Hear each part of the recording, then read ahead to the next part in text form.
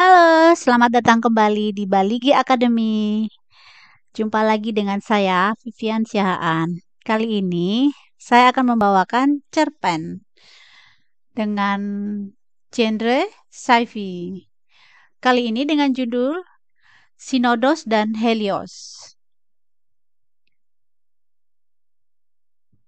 Perhatian, pesawat mengalami gangguan. Pesawat mengalami gangguan. Pesawat mengalami gangguan. Suara elegan wanita dari speaker membangunkan semua kru. Pada bagian ruang hibernasi masih terlihat tenang dan tidak terusik sama sekali. Tet, tet, tet, tet, tet. Bunyi peringatan mengambil alih kesenyapan di semua bilik, hingga ke ruangan bahan bakar. Asap keluar dari salah satu mesin. Kapten bergegas mengenakan seragamnya. Jari telunjuknya cekatan menekan beberapa tombol nomor tertera pada pad di dinding. Tidak jauh dari biliknya, terdapat ruangan serupa. Sejumlah kru terbangun dan lekas berbenah meninggalkan bilik masing-masing. Lorong menuju ruang bahan bakar melingkar. Semua peralatan terbuat dari bahan rigid silika. Pesawat ini tengah membawa 5.000 penumpang dewasa di bagian lambung dan membawa miliaran sel telur dan sperma dalam ruangan pembiakan. Tidak hanya itu, ada pula ruangan khusus penyimpanan sel telur dan sperma aneka ratusan binatang dari yang kecil hingga spesies yang paling akrab dengan manusia. Katakanlah anjing, ayam, babi, dan beberapa binatang lain yang dapat dibesarkan dalam jangka pendek untuk tujuan konsumsi dan medis. Ruangan botani juga dikerumuni oleh tanaman kecil dalam pot dan beberapa bibit unggulan telah dipersiapkan. Getaran semakin terasa dan tidak terkendali selama sejam. Kapten Dennis telah memberikan instruksi dan tangan kanan kepercayaannya lintar segera menerjemahkan segala perintah kapten kepada para kru. Insinyur Poncah telah membangunkan bosnya, Dr. Samatra. Sang ketua dengan wajah bersihnya dan rambut rapih dengan gagah melangkah masuk memeriksa peralatan. Tampak pula anak buahnya memeriksa peralatan lain. Ternyata terjadi pelonggaran katup pada tabung reaktor dan mengembuskan asap ke sekitar hingga keluar dari kamar reaktor. Ruangan itu adalah ruangan vital untuk energi pesawat, bahan bakar utama perjalanan angkasa ini. Ruang nuklir diamankan serapatnya. Semua kru dengan jaket tebal dan masker penutup muka. Seragam anti-nuklir, namun tidaklah jaket astronot. Tim nuklir hampir tidak bisa mengendalikan. Prima, salah satu engineer memberanikan diri untuk mengencamkan katup.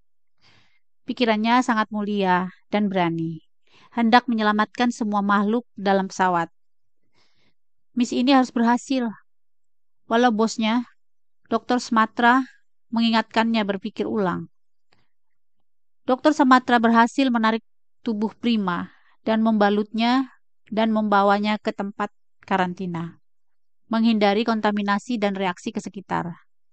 Dia juga dibantu Dr. Matias, spesialis radiologi nuklir. Namun ia juga tergabung sebagai salah seorang dokter peneliti di pusat radiologi. Selama 22 tahun hidupnya diabadikan pada korban nuklir dan mendalami efek nuklir ke tubuh manusia. Dengan 2 orang timnya, ia berusaha keras menyelamatkan nyawa Prima.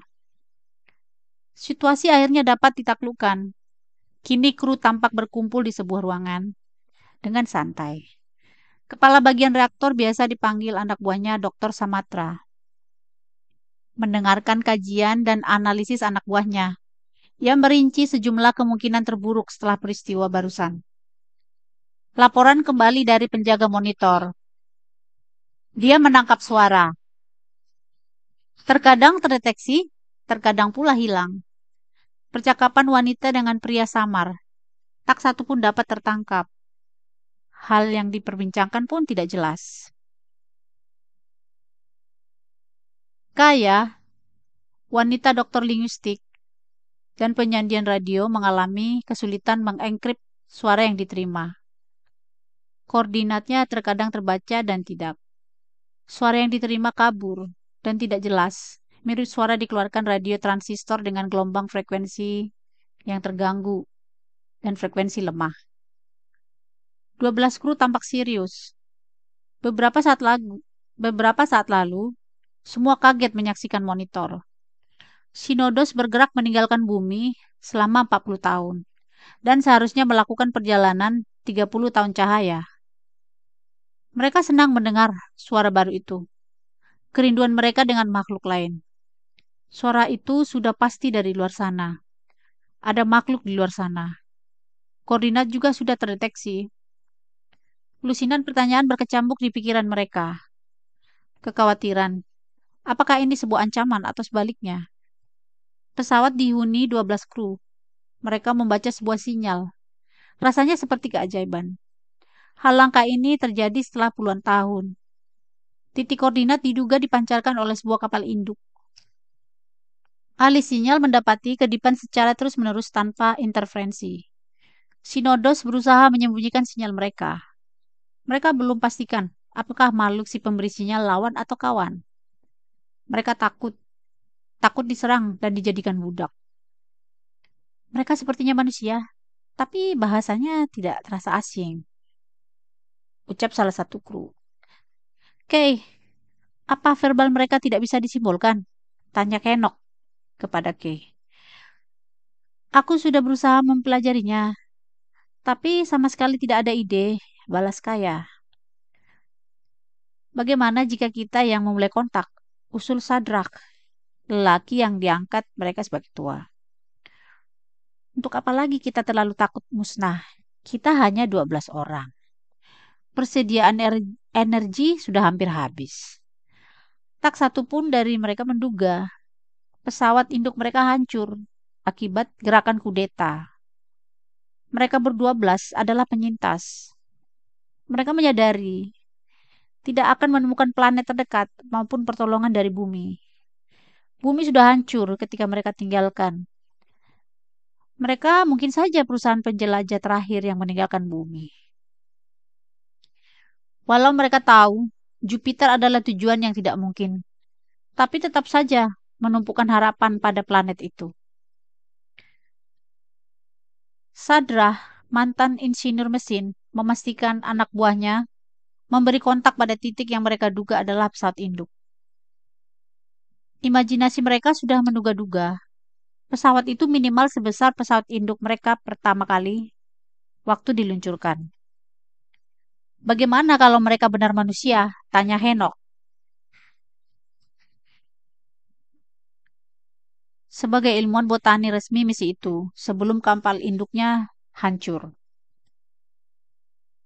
Matanya tertuju pada orang di sampingnya, yang tampak sedang berpikir menganalisa keadaan. Sudahlah, lupakanlah bumi. Sudah tidak ada gunanya membangun memori kesia-siaan.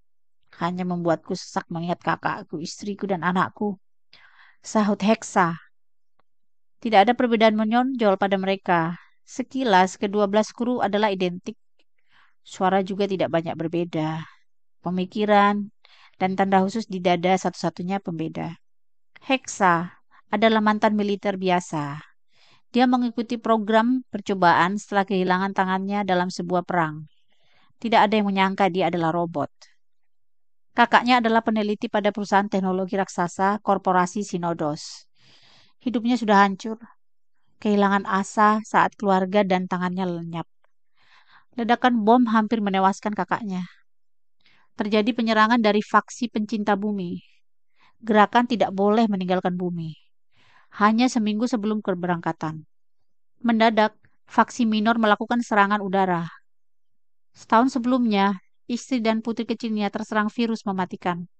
Hidupnya hancur dan berantakan. Begitu pula dengan bumi. Sinodos, di sini Sinodos. Siapa di sana? Sinodos, di sini Sinodos. Siapa di sana? Kapten pesawat di tempat lain masih berpikir keras sebelum memutuskan apakah akan melayani keinginan Sinodos untuk bergabung. Helios tidak ingin mengambil resiko. Kami tidak membawa bahaya. Kami betul-betul penyintas yang membutuhkan bantuan. Sinodos, di sini Sinodos, butuh bantuan. Pesan itu ditulis dalam bahasa agak berbeda dan merupakan salah satu bahasa bumi. Kaya berhasil menerjemahkan bahasa asing dan mereka-reka. Hasil analisa wanita itu tidak lama kemudian diterima oleh kapten. Makhluk manusia memakai salah satu bahasa Pidgin dari belahan Asia. Dengan mesin kriptik tersedia, menyandikan isi terjemahannya. Sinodos meminta dikirimkan gambar. Balasannya mencurigakan. Sesungguhnya atau hanya kebohongan menjadi pertanyaan besar di benak kapten dan tim. Mereka tidak memiliki citra dan hanya memiliki audio saja. Beberapa pertanyaan terjawab dan makin membukakan pikiran kapten bahwa kru itu mengaku dari 135 tahun meninggalkan bumi. Terjadi ledakan pada kapal dan mereka hanyalah pesawat kecil yang berusaha bertahan. Menyadari apa yang terjadi pada Sinodos yang sudah 40 tahun meninggalkan bumi, membuat mereka berusaha memaklumi dan berusaha menolong 12 orang kru di luar sana. Lawan atau kawan? Dengan kontak dan koordinasi, kapal kecil itu pun dikirim dan 4 kru dan keamanan menjemput 12 orang asing. Ketika mendekat, tim Sinodos sangat kebingungan dengan bentuk pesawat aneh depan mereka. Selama ini bentuk pesawat adalah piringan atau ceper untuk menjaga kestabilan. Namun benda itu berbentuk bulat persis kelereng. Mengarahkan senjata otomatis ke pintu armada di hadapannya, dua dari tim keamanan Helios secara perlahan melangkah masuk ke Sinodos. Armada yang mereka sebut 12, walau sudah berulang kali disampaikan mereka bernama Sinodos. Terbaca di monitor trajektori Sinodos bergerak mirip gerakan pantulan bola kasti dari atas ke bawah, dan batu asteroid di sekitarnya juga bergerak serupa. Lintasan lingkaran model heliosentrisnya Copernicus dan elipsnya Kepler, dan termuntahkan oleh Sinodos. Hexa sempat melakukan perlawanan, namun dia tidak cukup tangguh melawan prajurit Helios. Ternyata prajurit Helios adalah robot, namun mereka tidak membunuh kedua belas kru, selain mengambil alih pesawat itu. 12 kru dijadikan tawanan. Perusahaan Helios adalah perampok antar planet. Pesawat mereka rata-rata hasil rampokan. Kantor pusat mereka ada di angkasa dalam sebuah piringan yang didesain menjadi tempat penduduk Helios. Helios diketuai manusia setengah robot. Entitas warganya beraneka.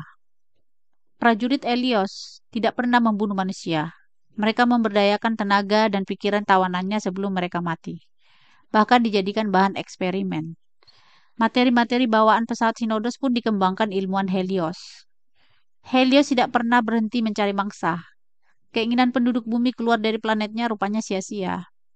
Damai yang dikejar dan diimpikan tidak pernah ada.